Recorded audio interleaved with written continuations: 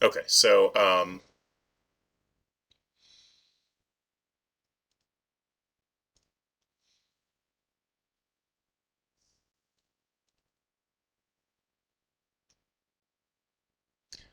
see if I can find a good. I don't know if I really have a project that I can use. Let's look in the Arnold folder. Maybe there's something in here that would be easy to use.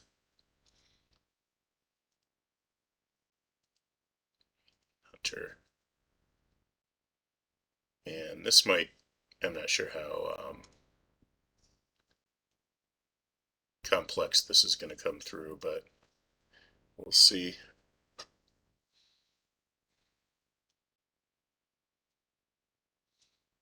Oh yeah, I picked a complex scene.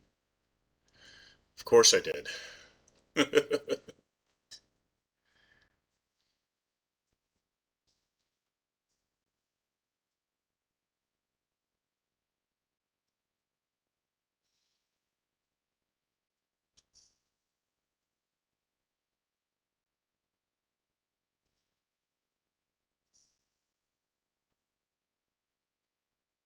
Hmm.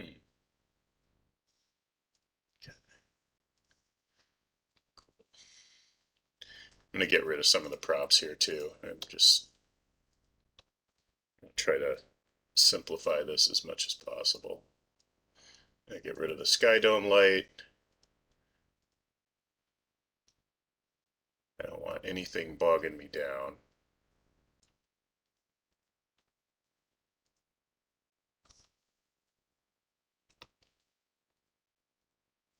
So, in fact, I think all I really need is the body. I will take the, no, you know what, I'm even going to skip the eyes for now. So there you go, body and backdrop, and that's all I've got. So this actually is not the best pose to start with. Um, you would probably have a pose that's more like the arms would be outstretched to the side, or sometimes, it's a T pose, or it's, straight out to the sides, or it's a little bit at an angle. Usually not at rest all the way down.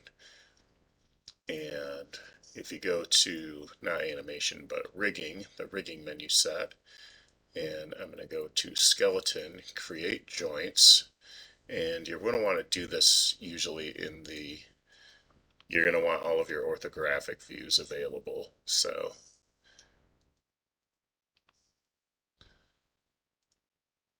create joints here. Your first joint is going to be at the center of motion, the origin of all the motion in the body. And with pretty much every living being, that is going to be the pelvis. Certainly everything that has like two legs, and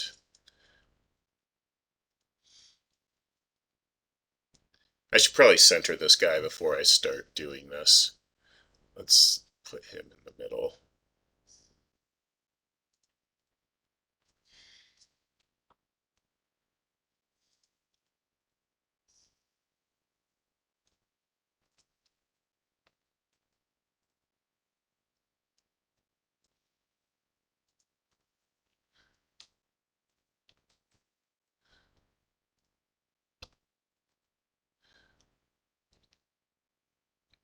So I will create a joint starting in the pelvis,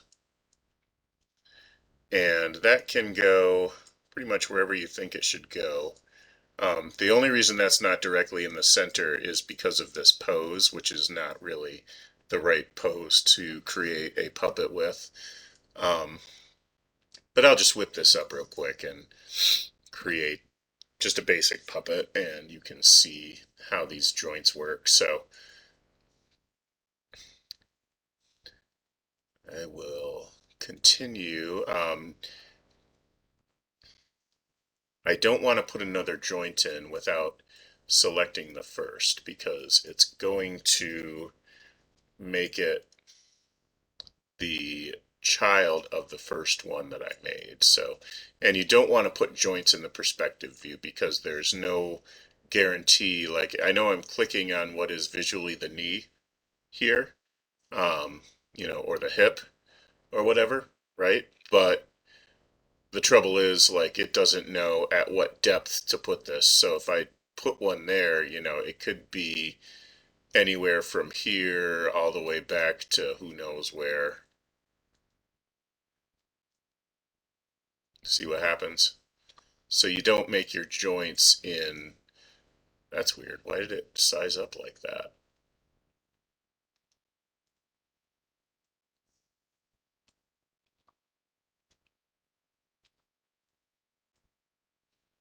That's under preferences. Why did it do that? Why did it? That's really weird. Preferences.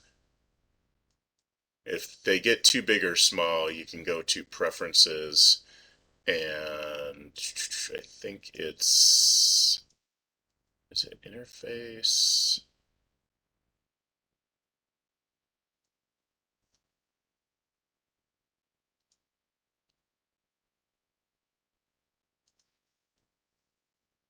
Display. Display. It's got to be display. Kinematics. Joint size. There we go. There's You're looking for the display kinematics. If your joints are, enormous or very tiny, you can change the size there. So always put them in the orthographic view, which you're not going to be able to tumble. And you might want to just keep your outliner window open. Winder.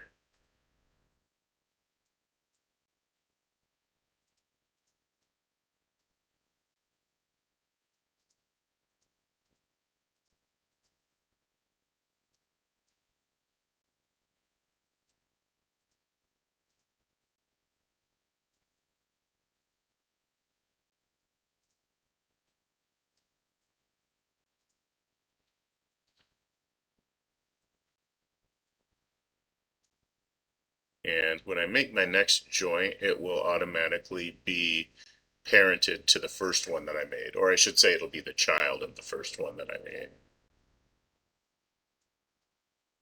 So I did it in perspective again.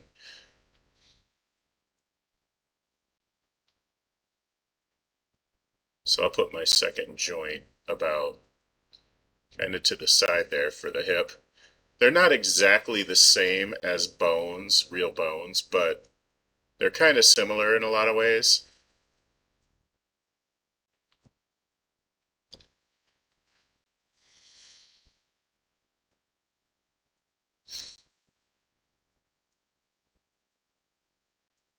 And what they're going to do is they're going to flex the mesh when you create these bones and put them.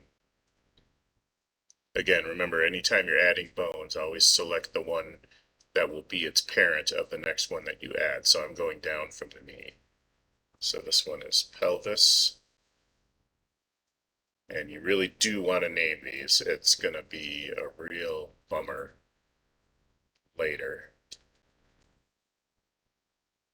And so specifically, it's the left hip and the left knee.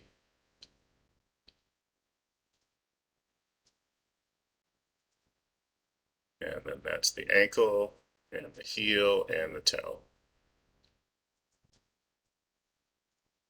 See how all these are a parent of the one above it? That's going to come into play in a moment here.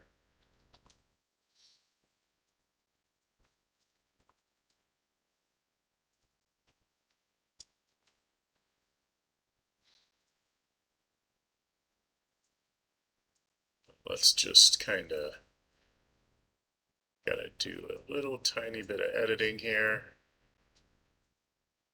Just get some of the stuff kind of centered on the model properly, which again, there are better poses for this than the one I'm using here.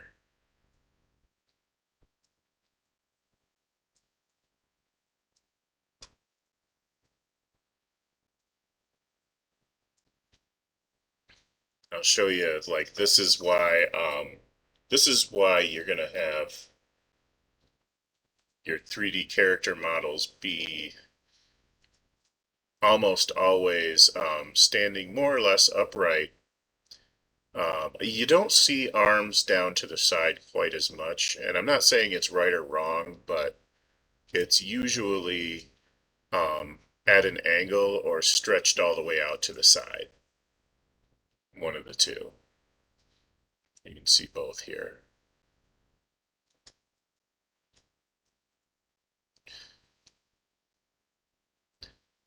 Okay, and then I'm gonna select, and I always forget if I select the mesh first or the bones first. I think it's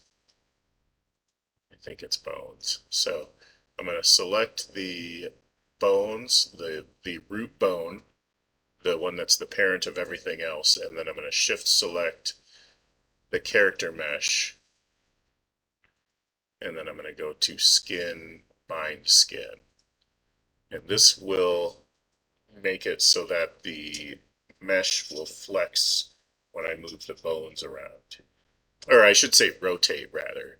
You don't you don't move bones because if you do that, like you're breaking their knee bone off and ripping their leg out, and he probably would not appreciate that. So you can see that it's affecting everything. This influence area is gonna go to the rest of the model here. So because partially because the pose isn't right, and partially because I didn't create the other half here. So let's undo that, and I can at least do the other half before we call it a day here.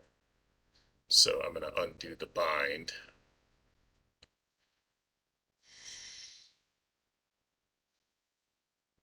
And then what I'll do is I'll take the hip, and then I'm going to go skeleton, mirror joints, option box. So obviously this body's not symmetrical, and this is not really like the perfect thing we want. I think I want to mirror it along YZ. It's either YZ or XY. I always forget which.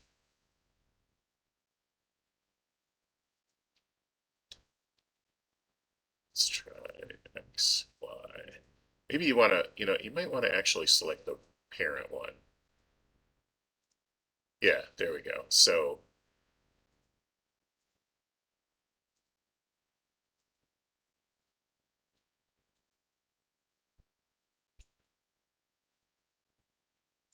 hmm. So I thought I should make it like a child of this. Okay, well, you know what? Let's just do it manually then. All right, whatever. They're not symmetrical anyway, so I'll just do it manually this time. So select the pelvis again, select the one that will be the parent, and then I'm going to make the first hip, just make sure it lines up roughly, and the knee, and as you can see that one's not lining up.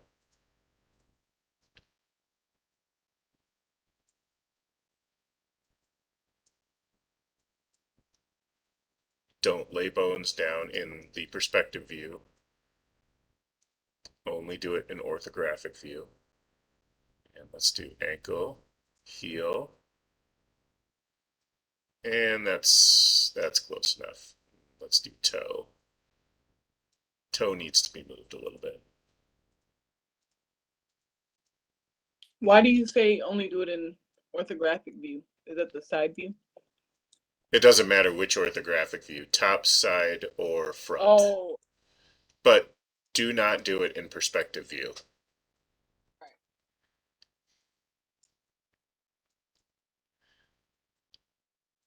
Okay. And then name all these: right hip, right knee,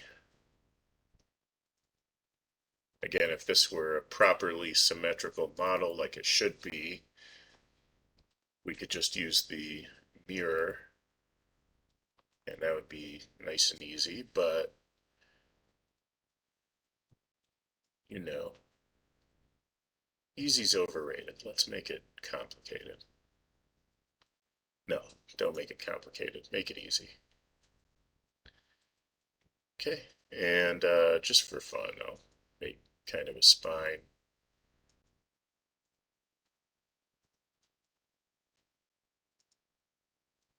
There's the neck bone. Let's see how close it is. That's pretty close. And then there's going to be this weird bone that kind of comes through the skull and down to the jaw here. And that's the most, rudimentary possible thing that you can do with the head and the clavicles and stuff.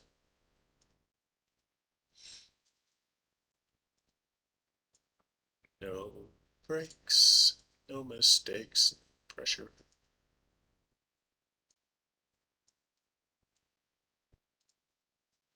And remember, this is all a hierarchy, so every step up, this is the grandparent of the one that's on the chin.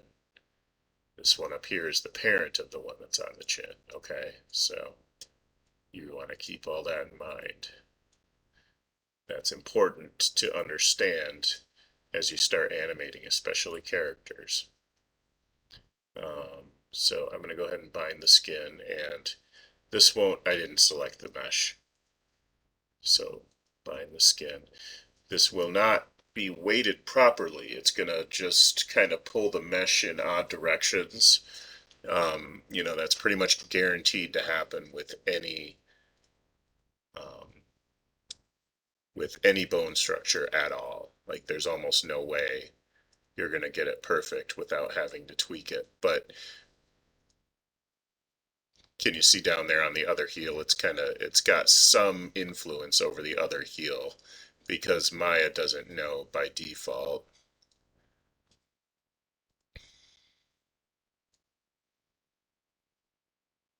And then this one has some influence over the left heel. So and it has influence over the hand as well.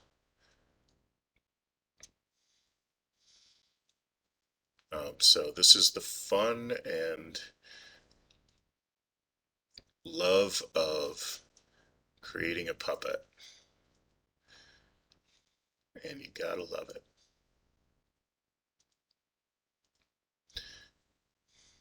And what you're gonna need to do eventually is tweak this by painting the weights, and that will give you the ability to paint on the model where you want the bone's influence to be exerted.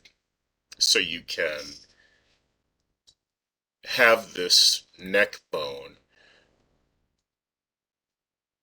working on the neck, but leaving the shoulder alone. So we'll get into that more later. So I just wanted to kind of show the basic idea here. Spine 1.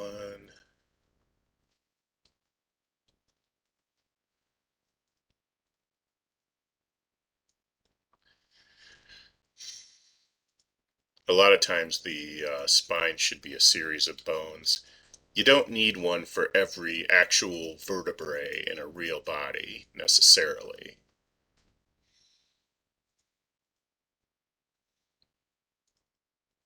As you can see, it's similar to a real skeleton, but it's not the exact same thing. Oh, that didn't have to be neck 6, it's just neck.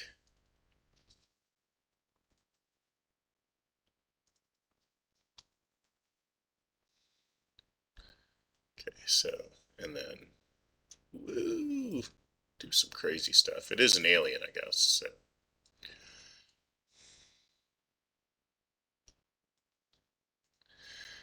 Alright, so I'll get into more as we go. I'm going to leave it at that for today, but one thing you do want to kind of gauge yourself by, in my opinion, is Like if your puppet is fun to play with, if you find yourself like just like you're not even animating, you're just sitting here going, wee, yay, you know, whatever it is you're doing, that's usually a good sign that you've got a good rig going.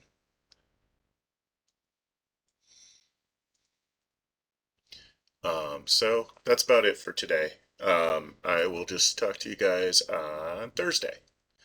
Have a good one.